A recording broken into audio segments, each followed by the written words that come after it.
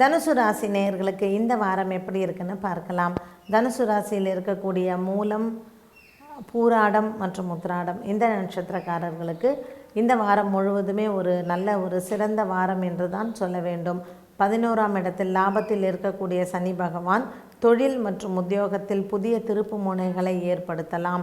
7ஆம் இடத்தில் இருக்கும் குரு பகவான் உங்களுக்கு சொத்து வாங்குவது மற்றும் திருமண தடை விலகுவது, வீட்டில் சுப நிகழ்ச்சிகள் ஏற்பாடு செய்வது அனைத்துமே இந்த 7ஆம் இடத்தில் இருக்கும் குரு பகவானால் நிகழும்.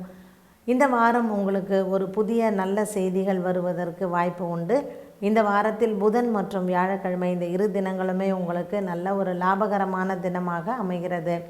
வாரத்தின் முற்பகுதியில் உங்களுக்கு வெளிநாட்டிலிருந்து நல்ல செய்திகள் வரும்.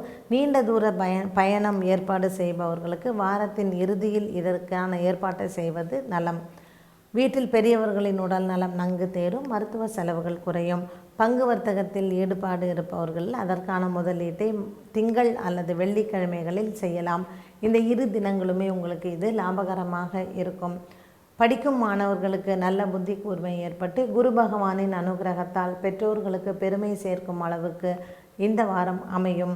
பெற்றோர்கள் பிள்ளைகளால் பெருமைப்படுவது மற்றும் பிள்ளைகள் பெற்றோர்களுக்கு நல்ல பெயர் எடுத்து கொடுப்பது இந்த வாரத்தில் நீங்கள் எதிர்பார்க்கலாம். விளையாட்டுத் துறையில் இருக்கும் மாணவ மாணவிகளுக்கு இது ஒரு நல்ல சிறந்த காலகட்டம் என்று சொல்லலாம்.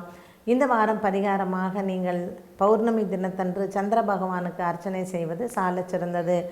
வெள்ளிக்கிழமை அன்று சுக்கிரனுக்கு சென்று திருமணமாகாத பெண்கள் மாலை 6 மணிக்கு மேல் தீபம் ஏற்றி அர்ச்சனை செய்து வந்தால் திருமண தடை விலகும் மற்றும் திருமணத்திற்கு ஏற்ற நாட்களாக நீங்கள் எதிர்பார்க்கலாம். நல்ல செய்திகளை எதிர்பார்க்கலாம். இந்த வாரம் முழுவதுமே இந்த தனுசு ராசி நேயர்களுக்கு மனதில் ஒரு உற்சாகம், தைரியம், தெம்பு இது இருப்பதற்கு நவகிரகங்களுக்கு பிரார்த்தனை செய்து அதற்கான பரிகாரங்களை செய்து கொள்ளுங்கள்.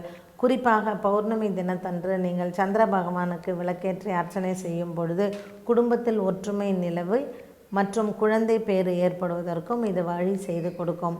இந்த வாரம் முழுவதுமே இந்த தனுசு ராசி நேயர்களுக்கு நவகிரகங்களின் ஆசீர்வாதமும் அனுகிரகமும் அதிகம் இருப்பதனால் மனதில் ஒரு உற்சாகத்துடனும் தைரியத்துடனுமே இருப்பீர்கள்.